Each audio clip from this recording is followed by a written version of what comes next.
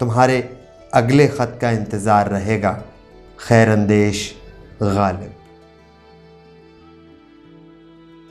حضرت مرزا نوشا، آپ کا خط پڑھ کر معلوم ہوتا ہے کہ حالی نے آپ کو حیوان ظریف بجا کہا ہے۔ جی ہاں حضرت، جیمز کا تو ایک ایک رکن آپ کی عظمت اور برتری کا قائل ہے۔ اس کی وجہ حضرت اشتیاق احمد انور بریلوی مرحوم ہیں۔ مرحوم جب یہاں حیدرآباد کے شعراء کی تربیت کرتے تھے تو محاسن سخن کے لیے آپ ہی کے اشعار سے مثالیں پیش کرتے تھے، لیکن یہ بھی حقیقت ہے کہ معائب سخن کی مثالیں بھی آپ ہی کے اشعار سے دیتے تھے۔ اب آپ کا تو وہاں ان سے تعارف ہو چکا ہوگا، جیمز کے اراکین کا سلام عرض کیجیے گا۔ اور یہ جان کر خوشی ہوئی کہ ہمارے مصلح جناب حبیب ارشد صاحب بھی آپ کے ساتھ ہیں۔ ان کی قدم قدم پر حوصلہ افزائی کی وجہ سے آج جیمز اپنا ایک منفرد مقام رکھتا ہے، اور ان کے شاگرد رشید سید عتیق احمد جیلانی اپنے لیکچرز کے ذریعے جس طرح شرح سخن و نثر فرماتے ہیں تو تشنگان ادب کی تسکین ذوق کا سامان ہی نہیں ہوتا بلکہ ایک سحر طاری ہو جاتا ہے۔ 7 سمندر پار کینیڈا میں مقیم ادب کی طالبہ ڈاکٹر عائشہ کہتی ہیں کہ عتیق صاحب کی گفتگو ہوتی رہے اور میں ان کے قدموں میں بیٹھی سنتی رہوں۔ آپ لوگ بہت خوش قسمت ہیں کہ ان سے بہت کچھ سیکھ رہے ہیں۔ اور جیمز کے ممبران حبیب صاحب کے شاگرد رشید کی شرح سخن سے فیضیاب ہونے کے بعد تو مجھ سے ہر ایک بات پہ کہتے ہیں کہ تو کیا ہے۔ حضور، سال گزشتہ آپ کا حیدرآباد میں قیام تقریباً 1 ماہ رہا۔ کچھ فرمائیے کہ یہاں کی ادبی فضا، شعراء اور ادبی تنظیمیں آپ کی رائے سے خود کو سنوار سکیں۔ سخن سے چھیڑ چھاڑ پر معافی کا طلبگار اور جیمز آنے کی دعوت قبول کرنے پر شکر گزار، وقار احمد وقار۔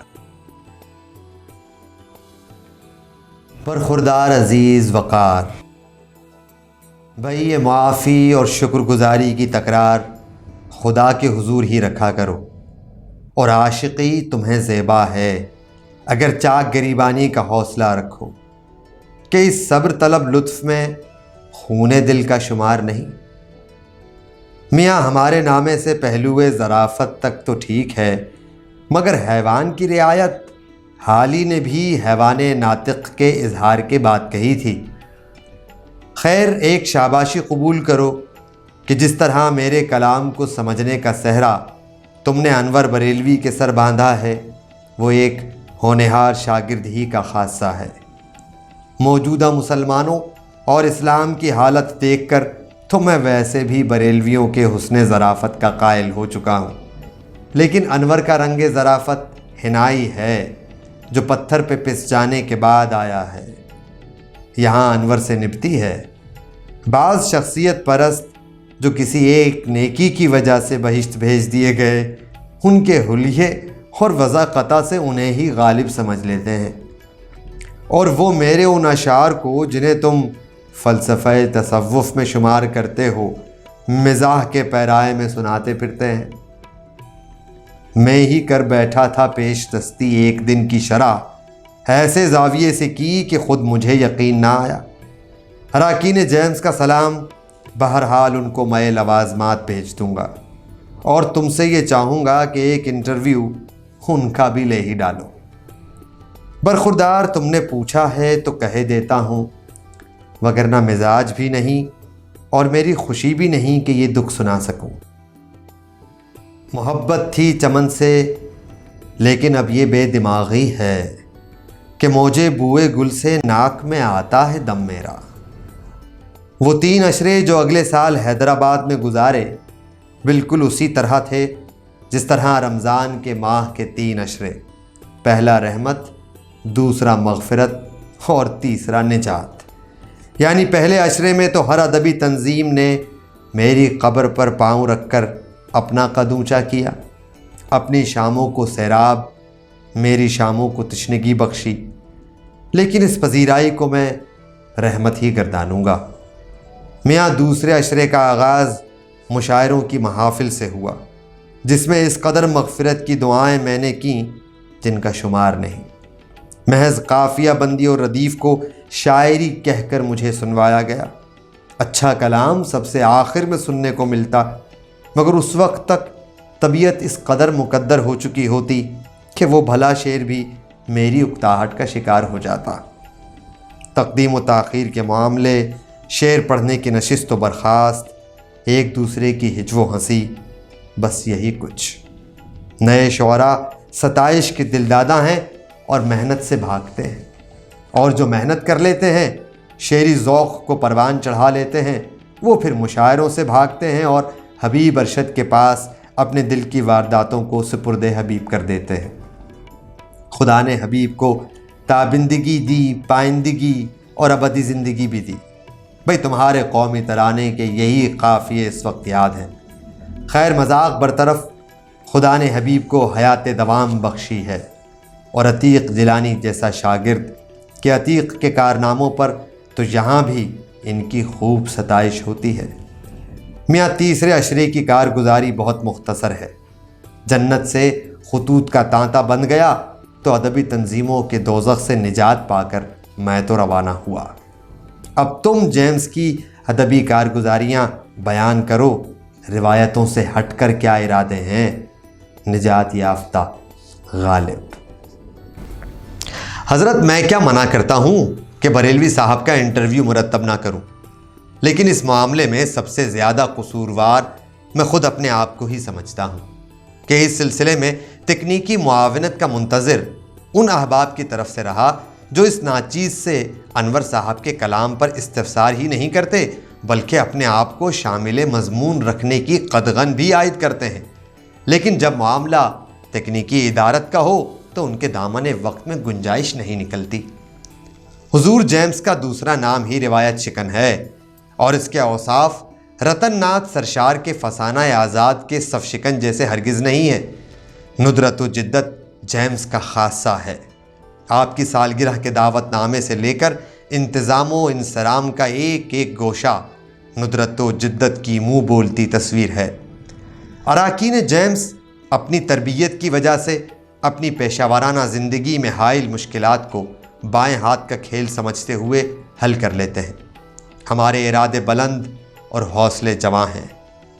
مالی وسائل نہ ہونے کے باوجود ادبی مجلہ، ماہانہ ادبی نشستیں، قومی اور ادبی شخصیات کے ایام پر عظیم الشان تقاریب، جیمز ٹی وی کے ادبی پروگرام، حلقہ وقار سخن کے زیر اہتمام جاری و ساری ہیں۔ بلکہ اب دنیائے ادب میں پہلی بار جیمز کی سینئر رکن اور جیمز ٹی وی کی پروڈیوسر المینا کنول اپنی ادب سے محبت کو پہلے ٹیلی میگزین کی شکل میں ادب کے قارئین، سامعین اور ناظرین کے لیے پیش کر رہی ہیں۔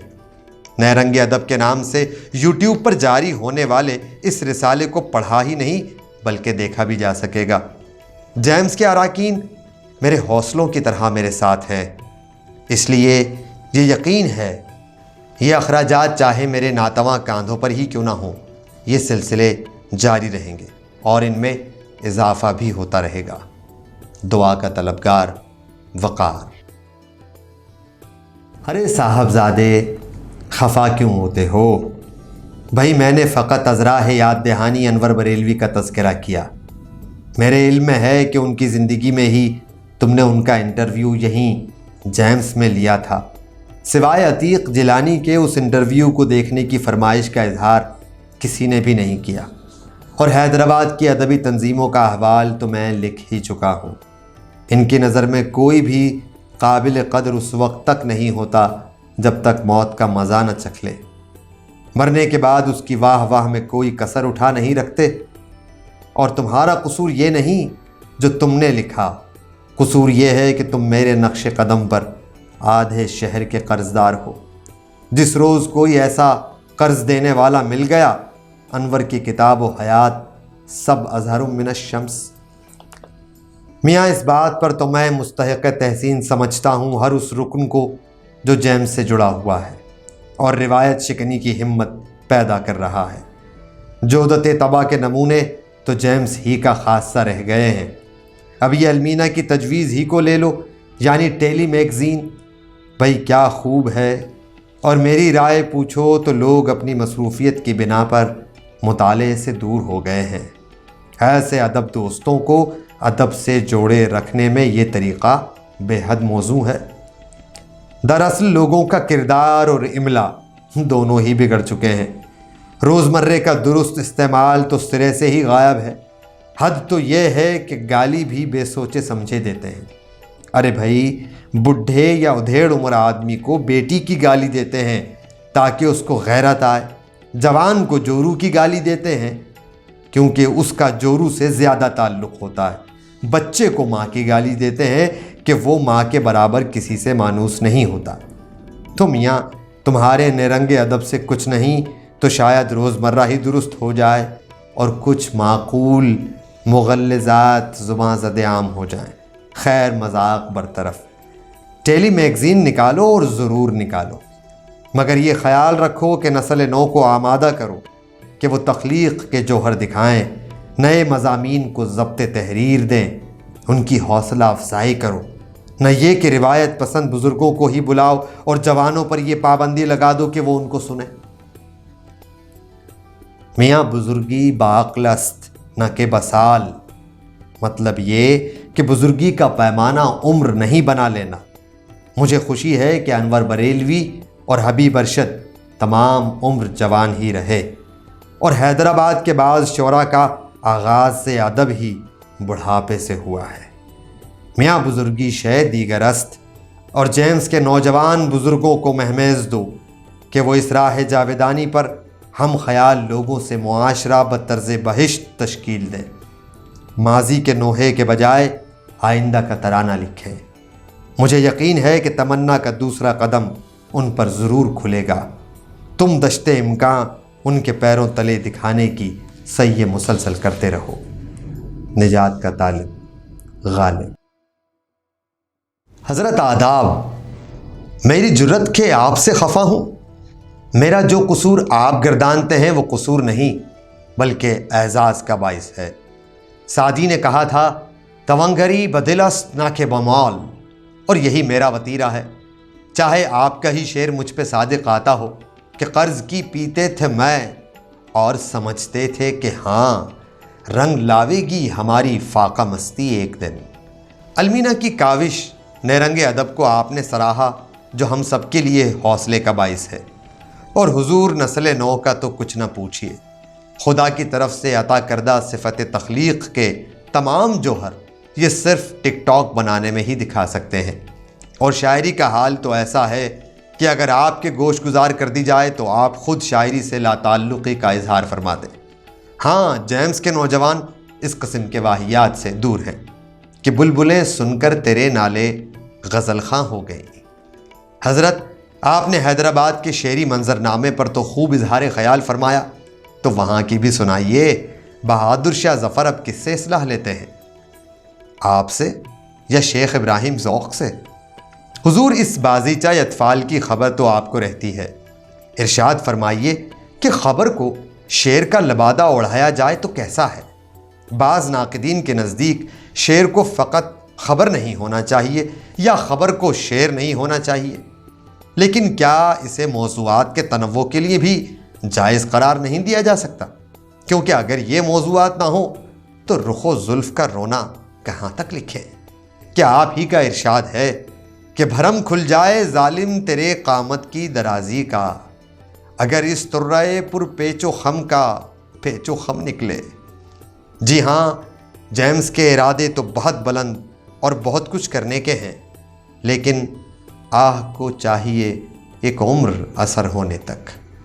جواب سے مطلع فرما کر اجازت دیجیے۔ دعاؤں کا طلبگار، وقار احمد وقار۔ عزیزم وقار، میاں یہ قرض کے پیسوں سے ملنے والا عیش اور اس کے مزے مسائل تصوف کی طرح ہی ہیں جو پابند طرز حیات کو حاصل نہیں ہو سکتے۔ ہاں، سمجھ میں شاید آ جائیں، لیکن لوگ ابھی تک سرگشتہ خمار رسوم و قیود ہیں۔ خیر، تم نے خود نوجوان نسل کا نمائندہ ہوتے ہوئے شکایتوں کا پلندہ ہی کھول دیا۔ میاں، اب پیمانے بدل گئے ہیں، طریقوں میں تبدیلی کی ضرورت ہے۔ لکھنا علامت تخلیق ہے تو صورت تخلیق تحریر سے تبدیل ہو کر تقریر بھی ہو جائے تو کیا مذائقہ۔ اور پھر عزیزم، قصوروار یہ نسل نہیں بلکہ وہ رہبر و رہنما ہیں کہ جن کی ذمہ داری ہے کہ وہ نسل آئندہ کی تربیت کا اہتمام کریں۔ مشکل یہ ہے کہ نسل سابقہ صرف اپنے طریقے اور اپنے پیمانے کو ہی درست سمجھتی ہے، اور نوجوان نسل صرف طریقے میں تبدیلی چاہتی ہے۔ مگر کیا کیا جائے کہ تمہارے دور میں نتیجہ بے معنی اور عمل حامل تقدس۔ اور تم نے خود کہا کہ جیمز کے نوجوان بہت سے فضولیات سے محفوظ ہیں، تو ان کے کردار سازی کی وجہ بھی تم ہی تو ہو۔